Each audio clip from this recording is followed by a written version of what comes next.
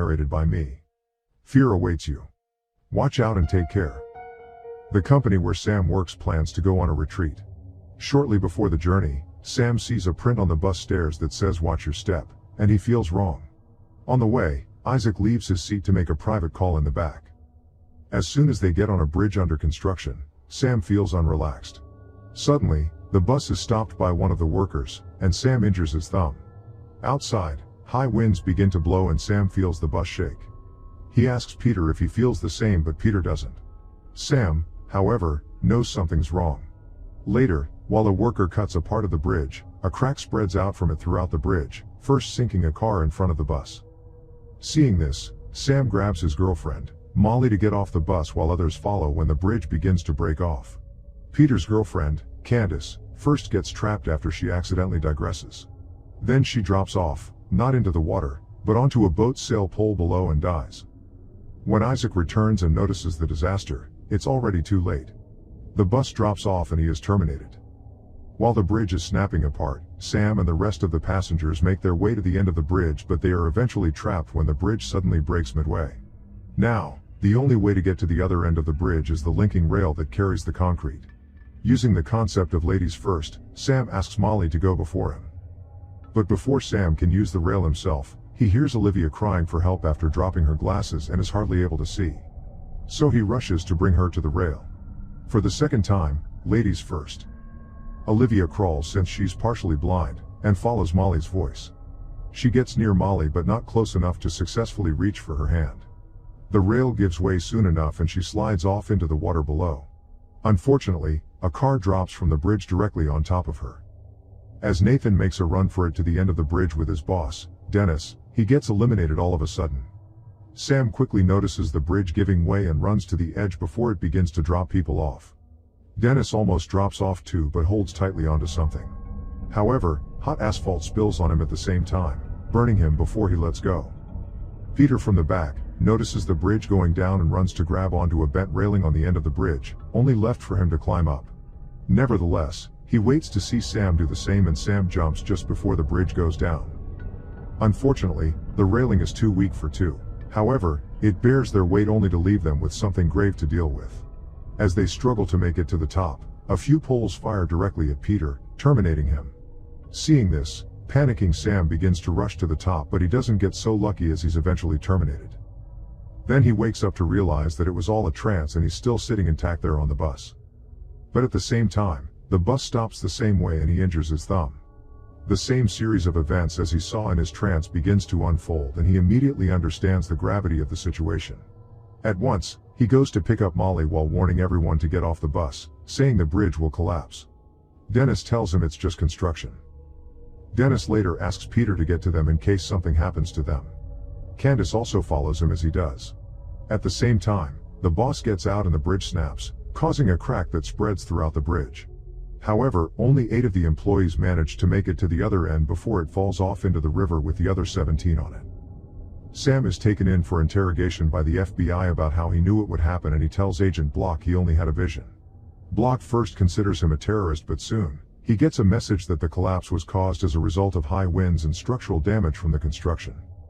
The next day, before the funeral service of the 17 dead employees starts, Sam's colleagues are concerned about the occurrence. They know there has to be a reason Sam knew the bridge would go down, but they eventually put it behind them.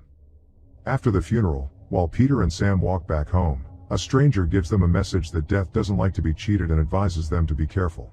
Peter merely finds him creepy and leaves, but Sam stays back, understanding that there is more to the creepy man than meets the eye. After working the first shift at a restaurant, Sam goes to Molly's house and confesses to her that when the bridge started to collapse, all he thought of was getting her to safety. Meanwhile, Peter meets Candace at the gym about to start her last practice routine for the college gymnastics championship. She feels unprepared, but Peter encourages her. The gym feels hot and an electrician fixes the fans but accidentally leaves a peeled cable on the gym floor. As Candace is about to start practicing, she feels something is wrong but continues nevertheless. A screw drops from the ceiling fan on the gymnastic beam unknown to her. Then, as she goes for her second practice routine, she nearly steps on the cable, which now has water dripping on it from the ceiling. She would have been electrocuted by the water trickling close to her foot, but she luckily drops a hand towel on it and steps instead on the towel. As she starts her second routine, the screw holding the bar is about to come loose. But it eventually doesn't. Instead, the same screw Candace missed on the beam injures another person practicing after her. She trips, causing a miss that then distracts Candace. This in turn causes her to swing off the bar and hit the floor hard, breaking her spine and dying. Later, while Sam sympathizes with Peter at the gym, he sees the creepy man again and wonders why he's following them. Back at the company, Olivia believes that Candace only died because of the nature of gymnastics. Also, Dennis is busy working on more than he can handle since most of his workers are dead and the company will be shut down soon as a result. Isaac, on the other hand, goes around the dead staff's desks, stealing their possessions. There, he also steals a spa ticket and goes to the spa later that evening. After being attended to by a pretty lady and laid on the bed, he's surprised to find that an old woman is the one handling the therapy session. While she aligns his bones, one of the bed stands creaks unknown to them. Next, he's put on a mild acupuncture and instructed to sleep for 30 minutes, after which the woman departs the candlelit room after switching off the electric bulbs. The candles mysteriously start a fire and Isaac wakes up to call for help. In his struggle to get out of the bed stand gives way and he falls flat on his face and faints. Just then, a sterilizing fluid pours out on the floor. But nothing happens until Isaac wakes up to find the needles already inside him. He then tries to flee the room but stops when his phone suddenly rings. He thinks of taking the call since it has to be his girlfriend, but at the same time, a candle drops on the fluid and causes an explosion that causes him to trip. Happy Isaac sees how lucky he is when the fire doesn't get to him in size. But unfortunately, a Buddha statue drops straight on his head and crushes it. Sam is convincing Molly to go with him to Paris when Peter brings them the news of Isaac's death. Again, he sees the creepy man at the scene and goes after him this time. The rest follow while he asks the man who he is. It turns out that he's just a coroner who happens to have seen such cases where a lucky few people survive a disaster and death later comes after them one by one. He says that they shorten death by escaping what happened on the bridge and can't afford to escape it eventually. He then gives them the only solution to the tragic situation, and that is to take someone else's lifespan by killing them. This is when they then understand that death is hanging around them. But Sam realizes that he rescued Molly in his vision, so she's probably not going to die. But Olivia and Dennis are absent at the scene, so they arrange to inform them immediately. Meanwhile, Olivia visits a clinic to undergo eye surgery. She freaks out while she's under the equipment. Her head is tightly held in place and a device is used to widen her eye. Unknowingly, her teddy bear's eye pops out and drops on the floor. Soon, the doctor leaves to get a file. In the meantime, a cup of water accidentally drops, splashing water into an electric socket and causing the equipment to malfunction. As soon as she notices, she tries in vain to reach for the emergency button. After calling for help, the equipment reaches a critical stage and the laser blinds her eye. Soon, Sam and Molly rush in to rescue her, but she gets up and trips on the teddy bears as she dropped on the floor and falls out of the window, with her eye popping out. Sam later finds out that the recent deaths are exactly in the order he saw in his vision. He discovers that after Olivia, Nathan is the next to die. At the company factory, Nathan argues with a worker, Roy, while feeling something is wrong. He notices sparks and the likelihood of a crane hook falling on them. So he tries to push Roy out of the way, but Roy falls and gets caught by the hook, eliminating him. In the meantime, Peter warns Dennis about the kill or be killed situation, but Dennis doesn't seem to believe anything he says.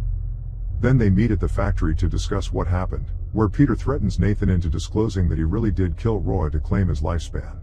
Peter then demands to know who's next from Sam, but before he can reveal it, Dennis comes asking what happened, and at the same time, a wrench launched by the belt sander splits his face. Later, Sam vows to stop living in fear and he goes to work at the restaurant that evening. However, everything he sees scares him to death. Then, he takes the offer to intern in Paris from his restaurant boss. That night after work, Peter visits Molly and Sam during a date, looking upset after knowing he's next. Peter tells them about having had different opportunities to take someone else's life, but he couldn't because they didn't deserve to die. Then he questions why Molly deserves to live and draws a gun to eliminate her. Sam rescues Molly at once and they run to the kitchen, where Peter later catches up with them and knocks Sam out since killing him won't do him any good. He then turns a few stoves on, intending to blow up the place. Agent Block shows up at the scene soon and Peter eliminates him. However, we all understand that Peter now really can't let Molly live after witnessing him murder Block. So he still attempts to kill her. Sam later wakes up and rescues Molly, causing the gun to drop on a stove during the fight. Peter beats Sam up and Molly comes back to rescue him when Peter intends to stab him.